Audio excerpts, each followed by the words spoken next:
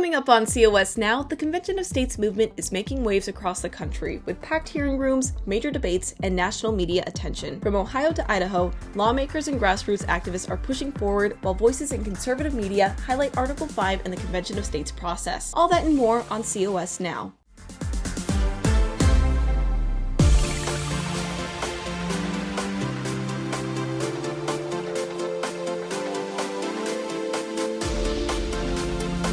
What do we want? When do we want it? Now! Hey everybody, and welcome to another episode of COS Now. I'm your host Rachel Martin, and this is the show where we break down all the latest news in the Convention of States movement. Before we get into today's topics, make sure that you like this video, subscribe to the channel, and ring that notification bell so that you're always notified when we have new uploads. On Tuesday, the Ohio Senate Committee on General Government held a public hearing on Convention of States, and local supporters packed the hearing room. Here's COS Senior Advisor Rick Santorum. Line from Ronald Reagan talking about I'm here from Washington. I'm from Washington. I'm here to help. I'm coming from Washington, and I'm asking for your help. I got elected to Congress back in 1990. Served 16 years in Congress. Ran for president a couple of times.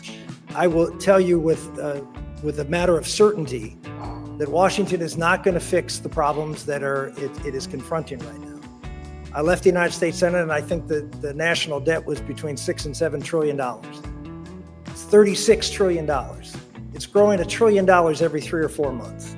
The committee is expected to hold more hearings soon. On Wednesday, Idaho House of Representatives debated Convention of States for the first time ever. Although the resolution was defeated, this milestone does provide the volunteers supporting COS Idaho good intel on the legislators going forward. Several representatives did speak up in favor of COS, including Representative Joe Alfieri. And I look at those that are in favor of an Article 5 convention. And who do I find there? Vice President J.D. Vance, the Secretary of Defense, Pete Hegseth, Speaker Mike Johnson, Senator Rand Paul, Governor DeSantis, Charlie Kirk, Ben Shapiro, the Heritage Foundation, Mark Levin, and the late Rush Limbaugh. So I ask you, who do you think has the best interests of this country in mind? Meanwhile, a couple of hosts with Newsmax TV touted COS as the best way to propose constitutional amendments that will restore the American Republic. Dear Mr. President, I believe some things are so important that those things should be put into the U.S. Constitution so that they cannot be changed. I appreciate the effort there, but you are bringing to mind the fact that executive orders, although plentiful during the Trump administration, are not permanent. No, and the challenge with amending the Constitution, and it hasn't been done in 30 plus years, I believe, maybe even longer than that, is that not only do you have to get 3/4 in the House, in both chambers of Congress, which they can't even keep the budget the other way, and our great contributor, the former Senator Rick Santorum, who leads the Convention of States, they're trying the other way that's never been done before, to call a Convention of States to propose specific resolutions and amendments to the Constitution. Sign our official letter to President Trump by visiting conventionofstates.com/Trump. COS President Mark Meckler continues to spread the word on alternative news sources. Last week, he sat down with a girl named Blake for a long-form, in-depth interview.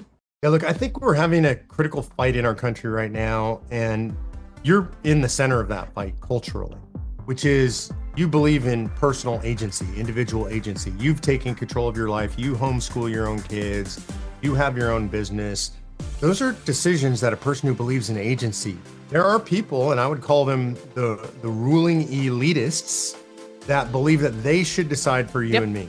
If you believe that you should decide for yourself, you and your doctor should decide on your own health care, you and your spouse should decide on how your kids are educated, then you're with Convention of States. Because that's all we're trying to do. Be sure to check out that full episode on Blake's popular podcast, The Speakeasy. And that's all for this week's recap. Be sure to leave your thoughts in the comments down below and stay tuned for the next episode of COS Now.